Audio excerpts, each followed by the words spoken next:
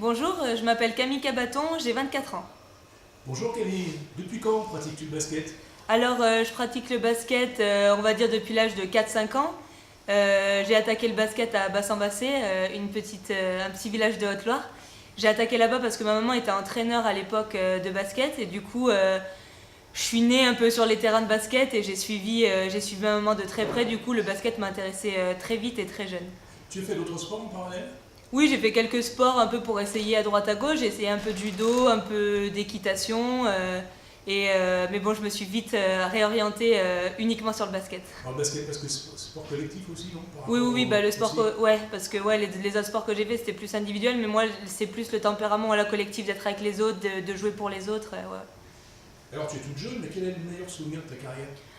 Alors, en tant que sportif, on en a énormément de très beaux souvenirs, mais moi je pense que le meilleur, et je pense qu'il restera gravé à jamais, c'est mes 3 titres de championne de France avec Montbrison et mes 3 montées successives pour partir de la Nationale 3 et arriver à la Nationale 2. Je pense que c'est à la Ligue 2, pardon. Je pense que ça restera à jamais mon meilleur souvenir en tant que sportive.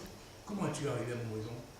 Alors je suis arrivée à Montbrison en fait parce que à l'âge de 15 ans à peu près, le président de l'ES Fraisse, un club de la Loire, m'a demandé pour venir jouer avec l'équipe 1 en RF2 à l'époque. Et du coup, on a gravi les échelons pour arriver sur de la NF3. Et dans le championnat NF3, ma poule de Fraisse a rencontré Montbrison. Et les 2 matchs contre Montbrison aller-retour, je savais que c'était un gros club avec de l'ambition. Du coup, j'ai dit, allez, faut que je travaille dur sur ces matchs. J'ai fait 2 gros matchs. Et du coup, de fil en aiguille, le président m'a appelé en cours de saison, a vraiment voulu que j'intègre l'effectif la saison suivante avec un beau projet. Et du coup, voilà, j'ai signé à Montbrison en National 3 et on a enchaîné. Tu as signé et tu occupes un poste particulier parce que tu as le rôle, enfin tu occupes le rôle de capitaine. Oui. Comment tu le gères ce rôle? Et ben, le rôle de capitaine, déjà, ça prouve que Corinne me fait confiance. Donc, c'est important d'avoir la confiance de sa coach.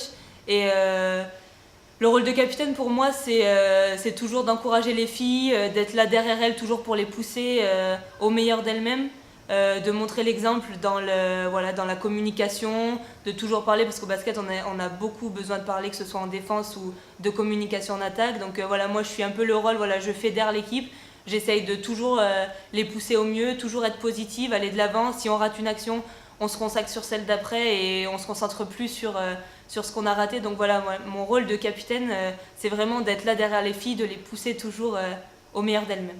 Tu y parviens bien cette année. J'essaye en tout cas, j'essaye. Tu habites Montbrison? Oui, j'habite Montbrison, j'habite juste à côté. Alors donc tu connais bien la ville. Quel est le lieu que tu apprécies le plus dans cette ville? Alors c'est vrai que Montbrison, il y a plein d'endroits super sympas, que ce soit les rues pavées, enfin j'aime beaucoup, mais le lieu que j'apprécie particulièrement, je dirais le Jardin d'Allard. C'est un bel endroit, je trouve. En un mot, comment tu la décrirais cette ville?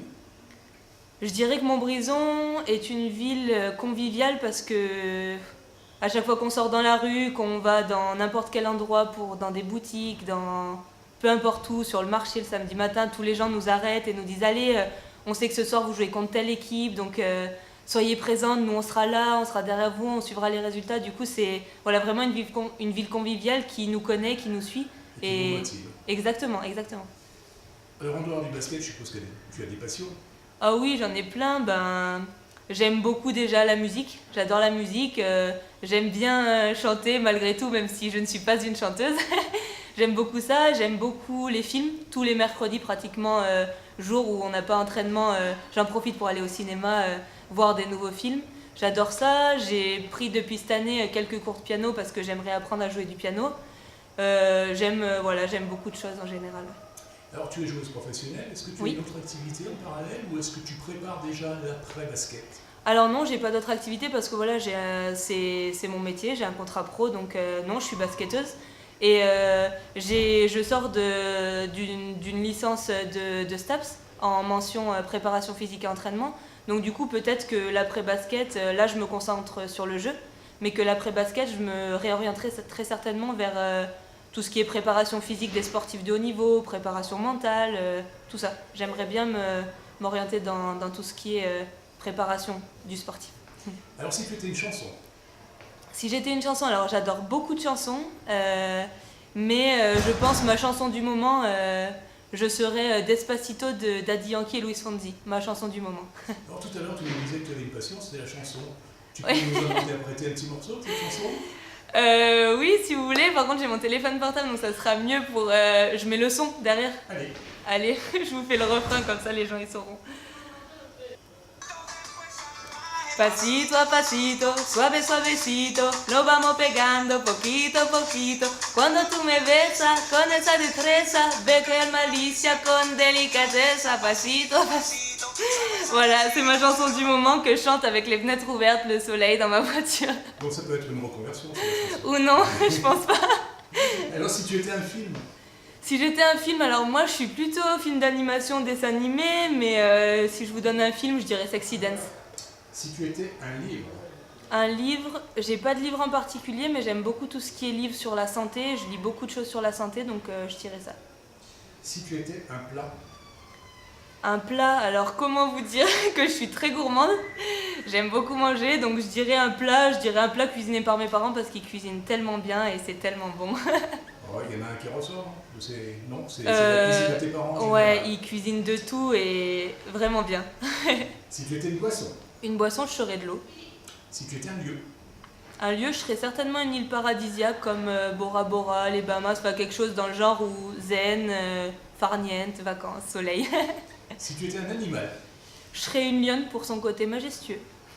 si tu étais un sportif, Alors si j'étais un sportif, moi je partirais plus sur deux sportifs que moi je connais, donc que je peux en parler, et qui pour moi sont des modèles et des exemples.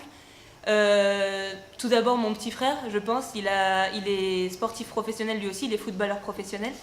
Je pense qu'il est passé par une phase où il a eu de nombreuses blessures et il a toujours été persévérant, il a toujours une force mentale et une détermination que je pense que peu de sportifs à sa place auraient continué et auraient abandonné. Lui il l'a fait, donc je pense que c'est vraiment un modèle de ce côté-là. Et le deuxième sportif que voilà, moi je pourrais vous en parler parce que voilà, c'est mon copain, il est aussi sportif professionnel, lui basketteur. Il a commencé le basket il y a à peu près 8 ans et il est déjà en National 1 qui est quand même la 3e division française et il score, il fait des stats et donc je pense que c'est vraiment un modèle aussi, un exemple pour les jeunes voilà, qui peuvent avoir des blessures ou qui peuvent partir de très bas dans le basket et pour prouver que voilà, même en attaquant tard le basket mais en travaillant dur, on peut arriver à ce niveau, que ce soit voilà, aussi bien mon frère dans le foot et aussi bien mon copain dans le domaine du basket. si tu avais tu as déjà un petit peu répondu à la question, mais si tu avais un conseil à donner en fait à un jeune désireux de réussir dans le sport de haut niveau, Ouais, bah voilà, ouais, je pense que voilà, j'ai déjà répondu en partie, voilà, de par l'exemple de mon frère ou de Chris, mais je pense qu'il n'y a que ça en fait, le travail, la persévérance, la détermination. Si un jeune a envie de réussir, qui part du plus haut niveau, je peux vous prendre même moi en exemple, regardez, il y a 4 ans, j'étais à Montbrison en National 3, on est arrivé avec l'équipe à monter jusqu'en Ligue 2, donc faut